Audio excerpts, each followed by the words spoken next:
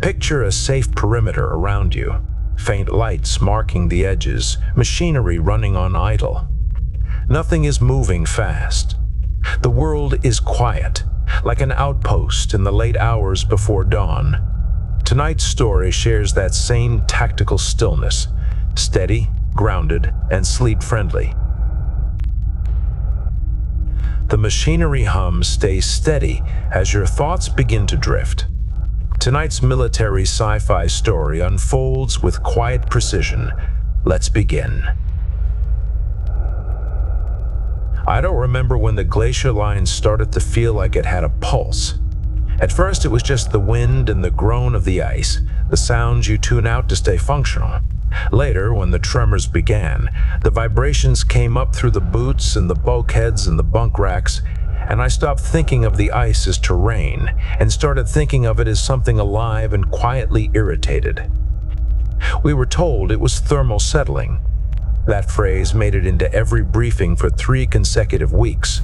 Thermal settling, normal activity, no cause for alarm, nothing exceeding projected tolerances. I'd heard the same tone used to explain away shrapnel patterns and casualty lists. If the numbers stayed within someone's model, the bodies didn't matter.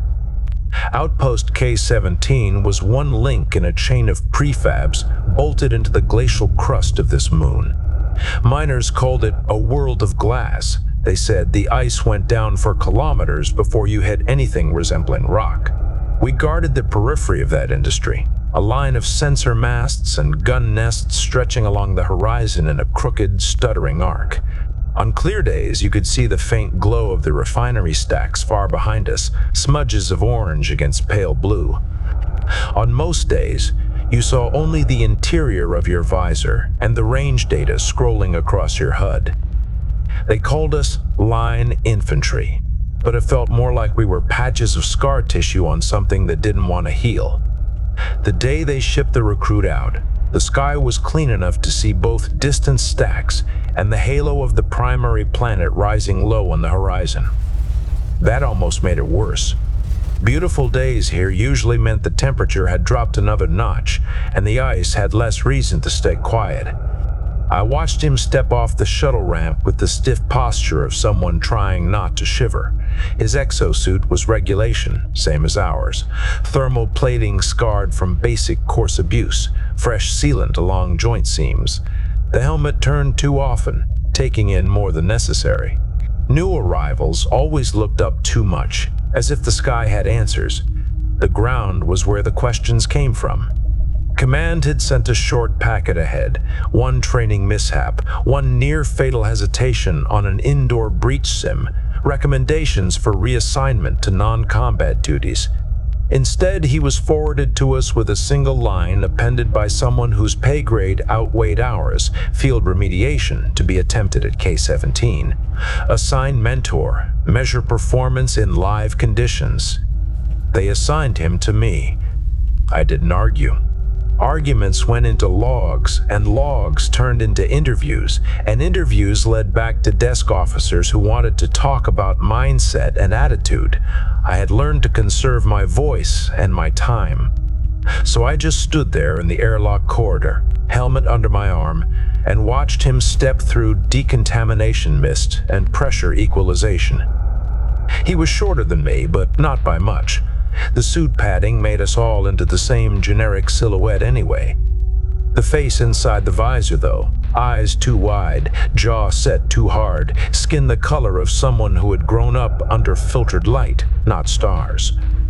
A training facility kid. He saluted. Reflex. Wrong environment. Out here, we didn't waste motion on symbolism. I nodded once instead. They gave me his file name and a call sign I didn't use. I called him the kid in my head and Rook when I needed his attention. The actual name stayed parked in the part of my mind reserved for serial numbers and equipment designations. It's easier that way when things go wrong. We ran drills inside Case 17's narrow corridors for the first 48 hours. Movement underweight, weapon transitions, suit checks, tether protocols. He had the mechanics mostly. It was the pauses that worried me. The slight delay before compliance when I gave a direction. the way he seemed to second-guess his own instincts in the half-second between recognizing a stimulus and acting on it. On a range, that lag is a training note. Outside, it gets someone vented into a crevasse. On the morning of his third day, the patrol schedule came down. Anchor checks on the east segment, recalibration on 2 sensor masts, inspection of micro fissures logged in yesterday's satellite pass. I was lead. The kid was on my flank. 2 more regulars rounded out the squad. We cycled through the equipment bay in silence. The external hatches moaned as they equalized pressure with the outside. I sealed my helmet, watched HUD systems flick from standby to active, felt the suit's spine align against my own. The cold seeped through even before the outer doors opened. It always did, a phantom sensation ahead of actual exposure. Outside, the world was white and blue and broken by black metal. Sensor masts rose at intervals like grave markers, their heads ticking and rotating slowly in the wind. The Glacier Line curved away from us in both directions, disappearing into a pale haze that made distance hard to judge. I felt the familiar weight of the rifle in my hands, the flex of the exosuit's ankle actuators as I took the first step onto the ice. The kid followed. His steps were just a shade too quick, the shuffle of someone trying to match pace and overcompensating. I adjusted my stride without thinking, absorbing the discrepancy into the formation. Behind us, the outpost bulkhead closed with a dull finality. We moved. Long patrols are measured in breath, not distance, in the sound of air being drawn through filters and pushed back out over the static crackle of the comms. The ground under us was a shifting, groaning thing, crisscrossed with old fractures filled by refrozen meltwater. Our mag-grip boots emitted faint clicks as they cycled polarity to keep us attached to the shallow ferrous anchors drilled into the ice. Seismic telemetry scrolled in my peripheral vision. Low-level tremors, background noise, the same pattern we'd been seeing for weeks. The techs in the warm rooms behind the line called it normal. The pattern recognition part of my brain had started to disagree, but pattern recognition doesn't outrank briefing packets. The kid kept looking down between steps, watching his own boots meet the ice, as if each point of contact needed confirmation. I let him. Everyone has their own way of negotiating with a hostile environment. As long as he kept formation and responded to repositioning cues, I didn't care what he watched. The first mast was 32 minutes out. It loomed up through the haze like a skeletal tower, ribs of reinforcement struts wrapped around a central spine of sensor clusters. Frost had grown along the metal, sculpted by prevailing winds into odd organic patterns like frozen waves. We anchored in at its base, connecting our tethers to the mast's ring bolts. The standard procedure, 1 on watch, 1 handling the recalibration, 2 holding perimeter positions. I took an outer position, scanning the approaches across the ice plains. Another day, another tower, another manual correction to systems that were supposed to be self-balancing. The tremor came as a low hum at first, like the distant passing of a heavy vehicle through the ground, except there were no vehicles. I felt it in my teeth more than my boots. The HUD registered a spike on the local seismic channel. Tolerances exceeded, not the usual.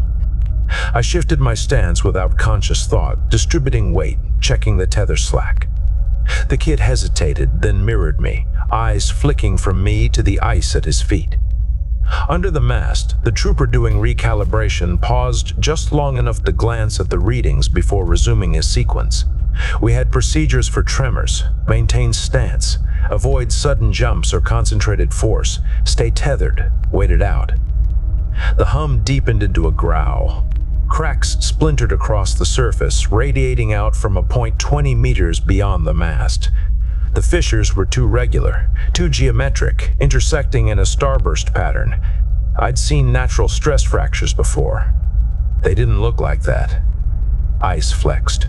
The surface rose a few centimeters and settled, like something massive shifted below and rolled. Seismic anomaly, someone said over the channel. Their voice was flat, clipped. We all heard it. The ice erupted. It didn't shatter into shards the way it did under explosive charges. It domed upward first, a swollen blister, then burst in slow motion. Blocks of ice heaved aside as something forced its way up. A trooper too close to the forming breach slipped as the ground tilted, his boots losing mag contact on a patch of shattered crust. He pinwheeled, weight and momentum carrying him toward the widening hole. He didn't make a sound, not one I could hear over the calm's wind anyway. One moment, he was scrambling for purchase. The next, the ice under him fractured again and he was gone, sliding into the dark mouth below. For a second, his tether line snapped taut, jerking the mast hard enough to knock Frost loose from its frame. Then the line jerked again, at an angle no falling body could have produced. The tether hook sheared off the mast bolt under sudden, inhuman torque. The line whipped back across the ice, limp. Something moved inside the hole, something pale and ridged and much too large. Training wants to turn every new threat into a silhouette, tank, artillery, infantry, drone. This didn't fit any set I had. It was a section of a body, a thick column of segmented pale tissue ringed in rough keratinous spurs, sliding against ice walls and scraping deep gouges. The breach wasn't wide enough to show more than that. We opened fire anyway. Kinetic flechettes tore into exposed tissue, producing jerks and spasms.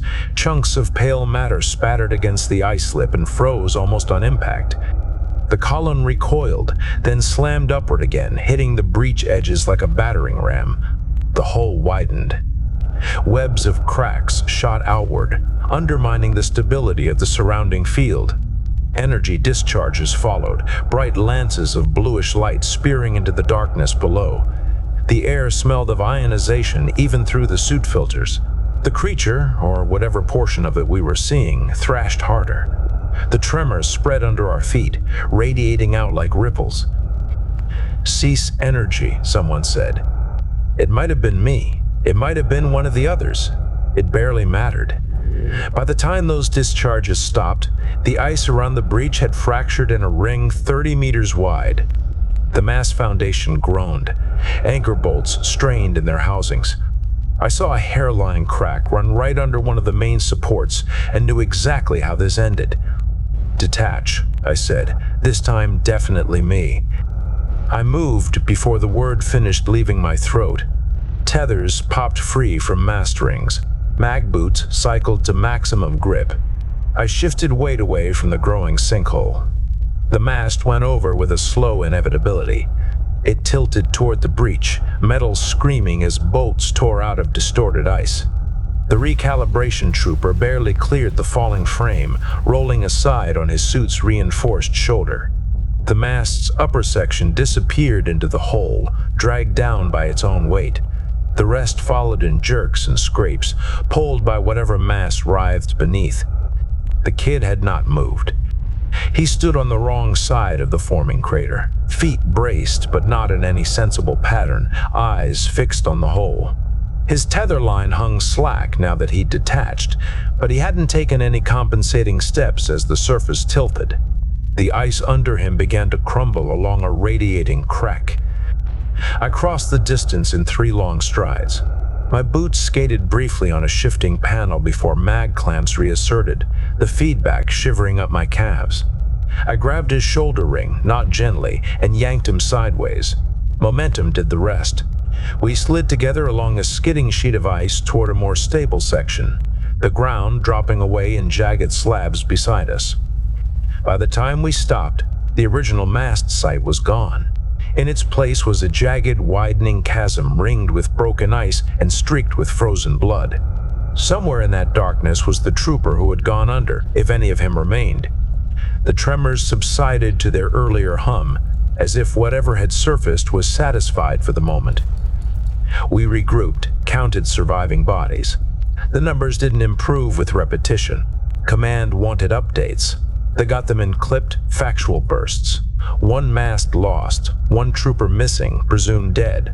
Unknown subterranean megafauna breaching within 50 meters of line assets. Seismic patterns exceeding thermal settling models. The kid's breathing was loud and ragged in my ear. I could see the micro tremors in his suit telemetry, the slight shake of his arms. I didn't say anything to him. There was nothing to say out there that wouldn't become a liability if he latched onto it. Words are heavy on the ice. You only carry what you must. We should have been pulled back then. Reevaluated, rearmed with something designed to kill what lived below rather than crack its ceiling. Instead, the order that came down was simple and precise. Continue along the segment, assess the integrity of adjacent anchor points, recalibrate remaining masts as able. The line could not afford blind spots. So we moved on. The Glacier Line wasn't a neat curve. It kinked and bent around stress zones and old fissures, adjusted to terrain that shifted faster than budgets. The next mast was anchored on a low ridge where the ice had folded upward in ancient compression.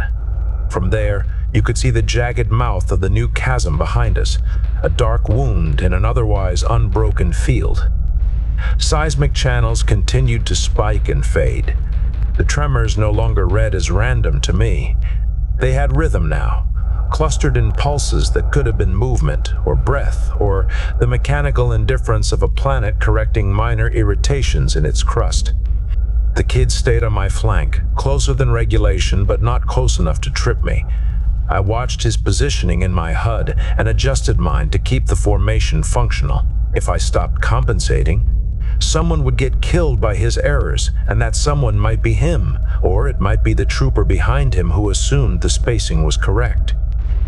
At the second mast, creaking noises from below were louder.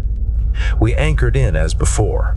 The ice surface here was laced with fine cracks, like a sheet of glass that had been flexed past its limit but not quite shattered. My boots reported uneven contact pressures. The ridge itself vibrated with a low-frequency tone that made my teeth buzz. Halfway through the calibration sequence, the tremors surged. This time, the breaches didn't wait for us to react. The first rupture opened under the rear trooper. There was no warning, hump or crack radiating out. One moment he was there, the next the ice under him gave way and a pale, ridged mass exploded upward, throwing his body aside like discarded clothing. He struck the mast frame hard enough to dent support struts, then bounced once before tumbling toward the edge of a fresh cavity. His tether line went taut, then snapped as anchor bolts sheared under sudden angular load. I saw enough detail in that instant to last a lifetime. The pale tissue was closer now, a forest of stiff, flexible spines arrayed around a central column, each spine tipped with a darker, chitinous barb. The column flexed and rotated in a movement that looked less like an animal strike and more like some mechanical piston gone mad. Ice fragments and bone fragments shared the same trajectories. We opened fire again. Kinetic rounds pelted the exposed tissue, tearing off spines and punching deep into the softer sections between. The thing recoiled, but now there were more tremors, closer, overlapping. The ridge under us shuddered. A second breach opened to my left, another to the kid's right. Ice slabs tipped inward, angling us toward the growing voids. The instinct was to jump away from the holes. The training was to distribute weight, seek anchor points, and avoid sudden shifts that might widen fractures. Underneath both instincts was a simpler truth. None of it might matter if enough of those things decided to surface at once. Someone triggered energy discharge again. A flash lit the ice from below, casting strange, elongated shadows. The pale tissue spasmed, then drove upward with renewed force, smashing into the underside of the ridge. The ice around the breach cratered outward like an inverse explosion. Energy was doing the enemy a favor. It heated and fractured the ice, created more instability in the crust, and maybe did something else to whatever lived down there. We didn't have enough data to know. We had enough to suspect. I switched my rifle to kinetic only, locked out the energy secondary with a gloved thumb. My shots were precise, targeted at the thickest concentration of movement.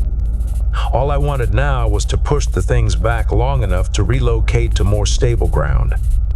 The kid was still firing in full cycle mode, energy included. The flare of his discharges painted him in stuttering light. Each burst corresponded to another lurch of the ridge.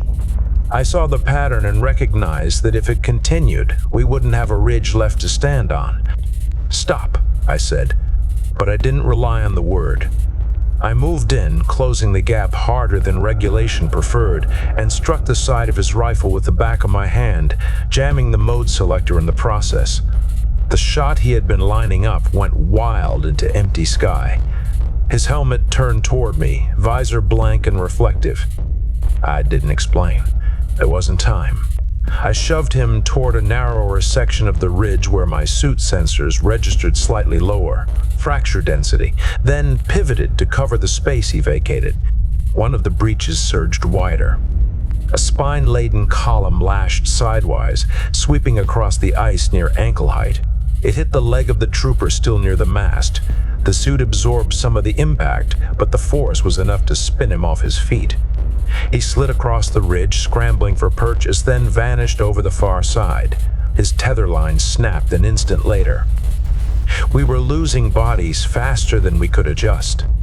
Command's voice filtered through the static. Pull back to defensible positions, preserve remaining assets, log breach locations for later assessment. The line had downgraded our mission from maintenance to survival. On the ground, the distinction was academic. I dropped a pair of charges as we relocated, their casings dull gray against the ice. They weren't meant for deep work. They were perimeter breachers, designed to punch through walls and hull plating, not kilometers of frozen crust. But properly placed, they could collapse the upper layers over a cavity and buy time. The tremors complicated placement. The ice flexed under my boots as I knelt, servos compensating for tilt. I set the charges at the edge of one breach, aiming to trigger a controlled collapse that would seal part of the cavity and potentially trap some portion of the thing below. The kid hovered a meter away, rifle raised but barrel wandering, trying to track multiple sources of movement. His breathing was still too fast, telemetry spiking above baseline. I felt the urge to tell him to focus, pick one target, ignore the rest. I didn't. Any extra words could knock him loose from whatever fragile balance he'd found. We retreated along the ridge, leapfrogging positions, laying down kinetic fire in staggered bands. The creatures didn't fully surface again, but they battered the underside of the ice, causing slabs to tip and crack. The ridge, once a solid navigational feature, became a series of overlapping plates rotating around invisible hinges. When I triggered the charges, the detonation was dull and heavy, half the sound damped by the ice. The surface around the primary breach sagged, then dropped in a sudden collapse. Fracture lines spiderwebbed out from the point of failure. For a brief moment, the tremors lessened. We used that moment. We fell back in stages, moving from anchor point to anchor point, looking for a point where the fracture density dipped low enough to justify a pause. Every time I thought we'd found it, the ground shivered, reminding me that stability was a relative concept.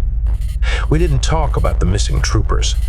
There would be time for that back in the prefab, when the suits were hanging on racks and the air no longer smelled of ionization and cold metal. Out here, they were already part of the ice. The weather turned as we moved. A wind rose from the south, bringing fine, powdery snow that scoured visor plates and blurred horizon lines. The temperature dropped another 3 degrees. The combination made the world flatten out into a continuous gray-white field with no depth cues. Outpost K-17's beacon pulsed weakly in my HUD, a distant point of reference. It felt further away than usual. The last serious breach happened at the edge of a shallow basin between ridges, where satellite images had once shown a smooth, undisturbed surface. Now the basin floor was a patchwork of small sinkholes and uplifted slabs, as if something below had pressed a hand against the underside of the ice in multiple places and then withdrawn. We had to cross it.